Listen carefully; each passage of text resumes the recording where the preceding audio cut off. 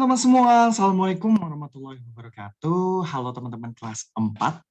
Kita bertemu kembali di pertemuan kedua. Kita akan belajar bahasa Indonesia tentang teks fiksi. Kalau teman-teman masih ingat dulu di paruh pertama atau di semester pertama, kita belajar lawannya dari teks fiksi, gitu ya. Jadi antonimnya teks fiksi adalah teks non fiksi. Nah, jadi di paruh pertama teks non-fiksi, kita akan belajar di paruh kedua teks non-fiksi bersama Mas Reksa. Oke, kita lanjut. Ini ya teman-teman daftar isi yang akan kita pelajari hari ini mengenai teks fiksi. Yang pertama ada pengertian teks fiksi, yang kedua ada ciri-ciri teks fiksi, yang ketiga ada jenis teks fiksi, yang keempat ada unsur intrinsik teks fiksi, dan yang terakhir ada tokoh dalam teks fiksi. Ada 5 poin, jangan risau teman-teman, oh banyak banget, enggak. Karena kita akan bahas satu persatu bersama Mas Reksa. Kita belajar bareng-bareng ya. Oke, yang pertama ada pengertian teks fiksi. Nah, teks fiksi ini merupakan, dari katanya aja ya teman-teman, teks fiksi. Kalau teman-teman ingat dulu, asal-muasal kata fiksi, yaitu adalah fiktif atau tidak nyata. Itu ya, fiksi. Jadi, kalau teks fiksi ini apa? Teks fiksi adalah karya sastra yang bersifat imajinasi atau khayalan yang dibuat oleh pengarangnya gitu. Biasanya nih contohnya teks fiksinya ada novel, ada dongeng, terus ada cerpen. Nah, semuanya nanti jenis-jenis teks fiksi akan kita jelaskan, akan kita bahas satu persatu nanti ya. Oke, kita lanjut ke ciri-ciri teks fiksi. Nah, ciri-ciri teks fiksi apa aja nih Mas? Yang pertama ya, yang pertama bersifat rekaan atau imajinasi dari pengarangnya. Jadi karena teks fiksi ini bersifat khayalan, jadi dia pengarang ini tidak sebenar-benarnya membuat teks fiksi ini beneran atau nyata, tapi dia imajinasi gitu ya teman-teman. Yang kedua, kebenarannya relatif atau tidak mutlak itu ya tadi teman-teman. Jadi dia karena bersifat khayalan, kebenarannya ini masih diragukan dan tidak mutlak gitu ya teman-teman. Selanjutnya, menggunakan bahasa konotatif atau bukan sebenarnya. Ini ya teman-teman. Jadi kalau dulu di teks non-fiksi itu menggunakan bahasa yang fakta sesuai kenyataan. Kalau di teks non-fiksi ini dia menggunakan bahasa yang bukan sebenarnya gitu. Misalnya kayak majas atau biasanya kalimat-kalimat itu teman-teman perlu berpikir 2 kali untuk menerjemahkan atau memaknai kalimat atau kata tersebut gitu ya teman-teman. Yang keempat, tidak memiliki sistematika penulisan yang baku. Memang teks fiksi ini nggak ada aturannya gitu teman-teman, nggak ada aturan bakunya urutannya seperti apa. Cuma ya, tetapi biasanya itu memuat judul dan juga isi teksnya gitu ya teman-teman. Paling umum itu. Selanjutnya ada umumnya menyasar pada emosi atau perasaan pembaca, bukan logika. Jadi si teks fiksi ini dia menggunakan perasaan dari si pengarangnya. Misalkan pengarangnya ingin membuat teks fiksi sedih gitu. Nanti ketika teman-teman membaca hasil karyanya, teman-teman akan merasakan emosi yang tersampaikan dari si pengarangnya gitu. Dan yang terakhir, ini sering ditemukan gitu ya teman-teman, nggak cuma di teks fiksi, dan di teks lain pasti terdapat amanat atau pesan moral tertentu. Di suatu karya sastra pasti ada terselip amanat dan pesan moral yang hendak disampaikan pengarangnya gitu ya. Oke, lanjut ke, nah ini tadi yang Mas Eksa janjikan, kita akan membahas mengenai jenis-jenis teks fiksi.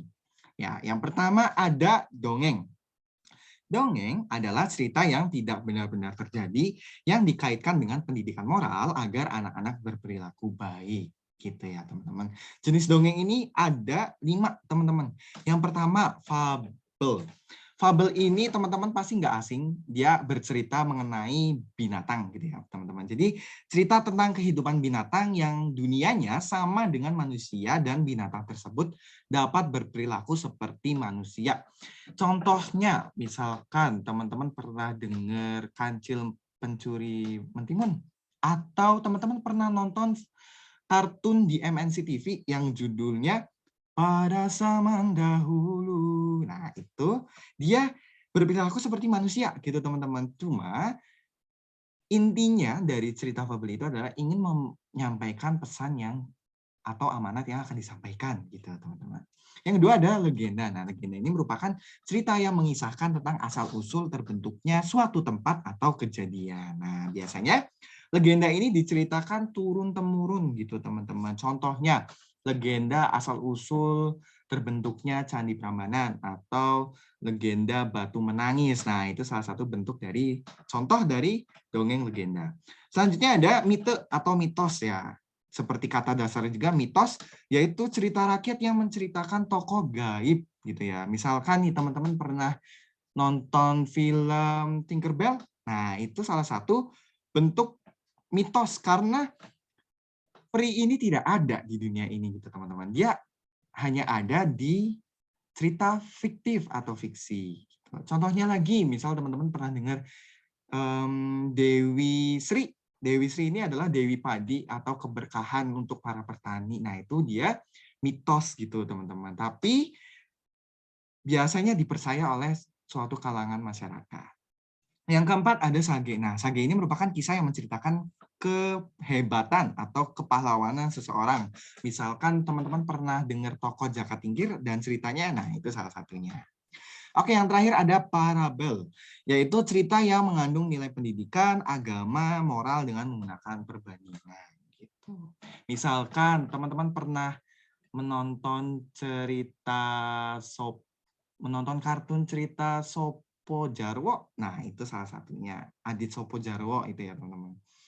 Lanjutnya kita akan membahas mengenai novel. Nah, novel ini adalah cerita yang memiliki penokohan yang karakternya lebih kompleks.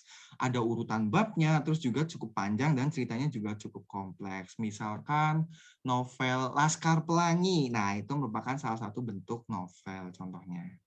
Selanjutnya kita bahas ke cerpen. Cerita pendek atau cerpen merupakan cerita fiksi yang biasanya dibaca dalam waktu singkat ya. Ceritanya itu lebih singkat dari novel gitu. Ada tokohnya, ada latarnya dan lain-lain. Sama seperti novel gitu. Oke. Kita lanjut ke roman. Roman adalah cerita fiksi yang menggambarkan tentang hubungan cinta atau romansa gitu. Selanjutnya kita akan lanjut ke cerita jenaka. Cerita jenaka merupakan kelucuan dan kecerdikan para tokoh utama yang bisa membuat para pembaca terhibur oleh ceritanya. Nah, ini contohnya adalah si Kabayan gitu, teman-teman. Terakhir ada cerita rakyat. Nah, cerita rakyat ini adalah cerita yang turun-temurun diceritakan dan dikisahkan tentang suatu legenda dari suatu daerah. Nah, ini nggak beda sama tadi ya, yang dongeng bentuknya legenda. Dia diceritakan turun-temurun, misal dari generasi orang tua teman-teman sampai ke teman-teman. Begitu.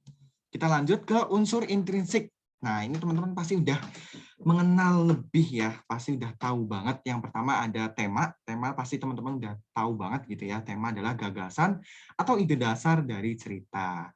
Yang kedua ada tokoh. Nah, tokohnya ini adalah merupakan pelaku dalam cerita. Bedanya sama penokohan apa, Mas? Nah, bedanya adalah kalau penokohan ini adalah karakter atau watak atau sifat tokoh. Misalkan Mas Reksa adalah tokohnya. Watak dari Mas Reksa adalah misal baik, darmawan, atau misal jahat, iri hati. Nah, itu adalah penokohannya. Lalu selanjutnya ada alur. Nah, ini teman-teman pasti udah kenal di paruh pertama ya. Alur ini ada 3 gitu ya, teman-teman. Oh ya, sebelumnya alur ini adalah urutan kejadian cerita. Alurnya ada 3 ya, teman-teman. Ada alur maju, ada alur mundur, sama alur campuran. Yang kelima ada latar. Nah, latar ini terdiri dari latar tempat, latar waktu, latar suasana kejadian. Dan yang terakhir ini yang sering kita bahas, amanat atau pesan moral yang ingin disampaikan oleh pengarang.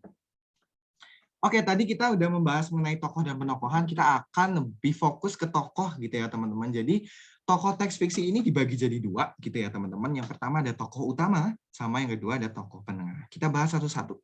Tokoh utama merupakan tokoh yang berwatak protagonis dan antagonis. Perlu menjadi catatan teman-teman bahwa mungkin teman-teman berpikirnya protagonis ini berkaitan dengan tokoh yang berwatak baik atau antagonis ini berwatak jahat. Tidak selalu seperti itu ya teman-teman, karena protagonis dan antagonis ini bedanya adalah kalau protagonis ini merupakan tokoh utama pertama. Ya, tokoh utama pertama. Kalau misalkan antagonis adalah tokoh utama yang kedua. Bisa aja teman-teman, tokoh protagonis ini jahat, antagonisnya baik. Tergantung dari si protagonisnya, sifatnya seperti apa dulu. Jadi kalau misalkan protagonisnya baik, pasti lawannya, antagonis pasti jahat. Kalau misalkan protagonisnya jahat, lawannya antagonisnya berarti baik. Gitu ya teman-teman.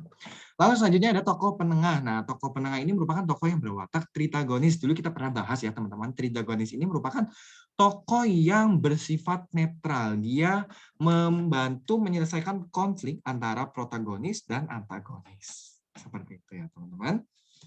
Oke, terima kasih. Jika ada pertanyaan bisa disampaikan di kelas nanti dan nanti kita bisa diskusikan bersama. Jadi kalau misalkan teman-teman ada pertanyaan, jangan sungkan untuk nanti ditanyakan di kelas. Dan juga semoga ilmu yang hari ini kita pelajari bermanfaat buat teman-teman dan juga diingat-ingat ya teman-teman, diingat-ingat dengan baik. Terima kasih. Wassalamualaikum warahmatullahi wabarakatuh. Sampai jumpa di kelas ya teman-teman.